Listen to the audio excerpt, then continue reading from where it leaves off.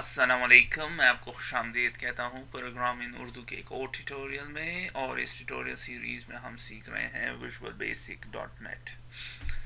पिछले वीडियो में हमने एक बात की थी विजुअल बेसिक डॉट नेट के कंडीशनल स्टेटमेंट्स के बारे में, और हमने सीखने की कोशिश की थी इफ़ एल्स स्टेटमेंट। इस प्रोग्राम ट्यूटोरियल में हम सीखेंगे सेलेक्ट केस स्टेटमेंट। इन दोनों की का मकसद एक ही है, एग्जैक्टली सेम तरीके से काम करते हैं। जब सिंटेक्स डिफरेंट है तो देखते हैं कि सेलेक्ट केस का सिंटेक्स क्या है। सबसे पहले आप लिखेंगे सेलेक्ट केस और फिर टेस्ट एक्सप्रेशन। उसके बाद हम अगर depending on the expression case को सेलेक्ट करेंगे, प्रोग्राम सेलेक्ट को केस करेगा और फिर वी स्टेटमेंट्स को वो एग्जीक्यूट करेगा। तो आइए, ये प्रोग्राम जो हमने पिछले ट्यूटोरियल में इफ एल्स के थ्रू बनाया था, इसी को हम बनाते हैं यूजिंग सेलेक्ट केस। एक चीज जो मैं आपको बताना पसंद करूंगा, ये प्रोग्राम जो हमने पिछले ट्यूटोरियल में बनाया था, इसमें हमने इफ स्टेटमेंट यूज किया। इस प्रोग्राम को हम सेलेक्ट केस के थ्रू यूज करेंगे। अगर आपको कभी डिसीजन लेना हो कि आप इफ स्टेटमेंट यूज करें या सेलेक्ट केस यूज करें, क्योंकि दोनों एक ही चीज है, तो आप किस तरह डिसाइड करेंगे कि आपको इफ स्टेटमेंट यूज करनी चाहिए या सेलेक्ट केस। तो आसान तरीका ये है कि अगर आप इफ स्टेटमेंट है, उसके बाद आपने एक एल्स स्टेटमेंट यूज किया है और आखिर में आपने एल्स, तो अगर 3 कंडीशन आपने टेस्ट करनी है तो तब तो if else condition statement use करना बेहतर है, क्योंकि आसानी से रीड हो सकता है और हम क्विकली वो प्रोग्राम बना सकते हैं। अगर 3 से ज्यादा कंडीशंस है, जैसे कि इस केस में है 6-7 कंडीशंस हैं इसमें, तो फिर हमें सेलेक्ट केस यूज करना चाहिए। वो ज्यादा रीडेबल है, ज्यादा इजी है। तो हम बनाते हैं। उम्मीद है कि इसके बाद आपको कोई प्रॉब्लम नहीं होगी सेलेक्ट केस स्टेटमेंट और इफ एल्स स्टेटमेंट के दरमियान चूज करने में, क्योंकि दोनों एक टूल्स हैं और आप दोनों के थ्रू सेम ही काम कर सकते हैं। लेकिन हम जब प्रोग्राम बनाते हैं तो हमें एक चीज सोचनी चाहिए हमेशा, एक चीज हमारे कि उसकी मेंटेनेंस किस तरह होगी। प्रोग्राम डेवलप करना चीपर है, उसकी मेंटेनेंस सबसे एक्सपेंसिव है। तो जब आप किसी कंपनी में काम कर रहे हो तो आपने पैसे बचाने हैं, और पैसे बचाने के लिए आपने डिफरेंट टूल्स यूज करने हैं। इस केस में हमारे पास 2 टूल्स हैं, एक है इफ एल्स स्टेटमेंट और एक है सेलेक्ट केस स्टेटमेंट। तो मेंटेनेंस पॉइंट ऑफ व्यू से अगर तो 3 या 3 से कम कंडीशन है तो हमें इफ एल्स स्टेटमेंट यूज करनी चाहिए। अगर 3 से ज्यादा है तो हमें सेलेक्ट केस स्टेटमेंट यूज करना चाहिए। चूंकि इसमें 3 से ज्यादा है तो अब मैं इसको सेलेक्ट केस में कन्वर्ट करता हूँ।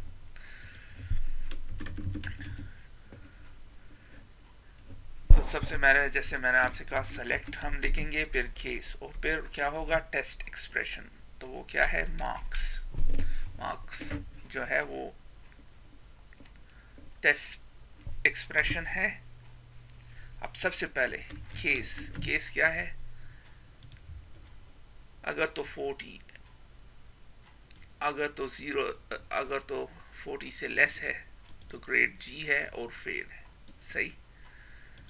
तो हम क्या करेंगे, रेंज देंगे 0 to 39। ये पहला केस हो गया। दूसरा केस क्या है, अगर 40 से ज्यादा हो और 50 से कम हो, तो 50 से कम क्या है, 49।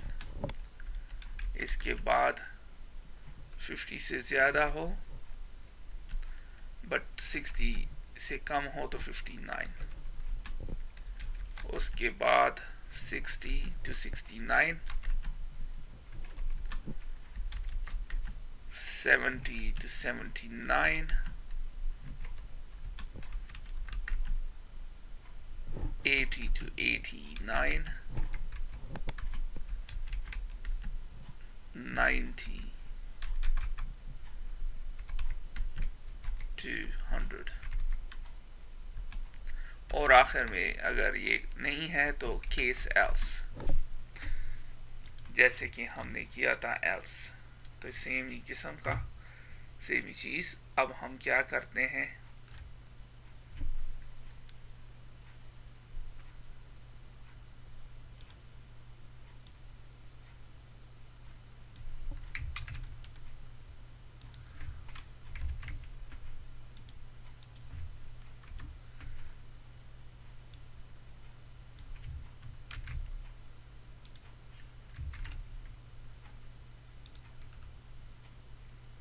सिर्फ कॉपी करते हैं आसानी से।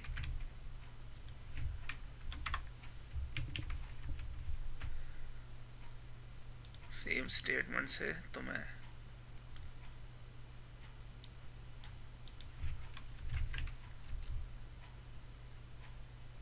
सी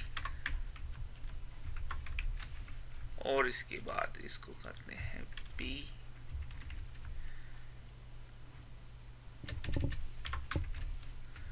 और इसके बाद इसको करते हैं ए और आखिर में ए प्लस ओ या A1।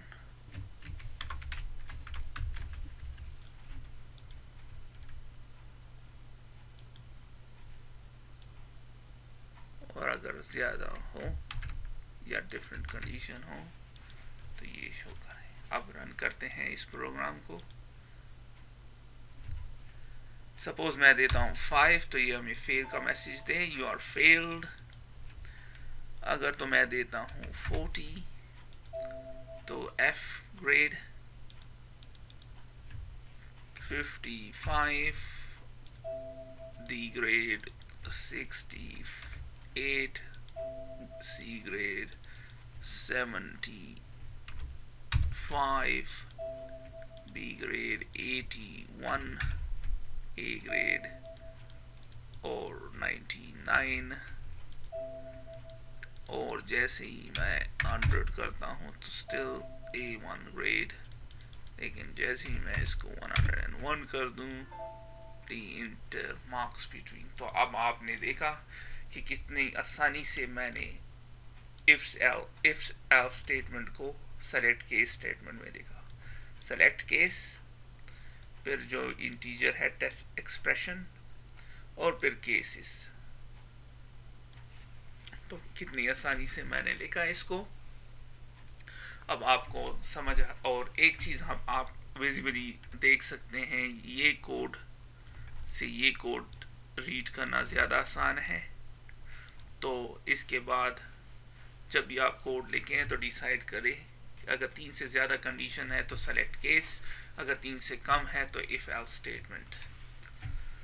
तो उम्मीद है कि आपने इस ट्यूटोरियल से बहुत कुछ सीखा होगा। फिर मिलते हैं किसी और ट्यूटोरियल में, तब तक के लिए खुदा हाफिज़।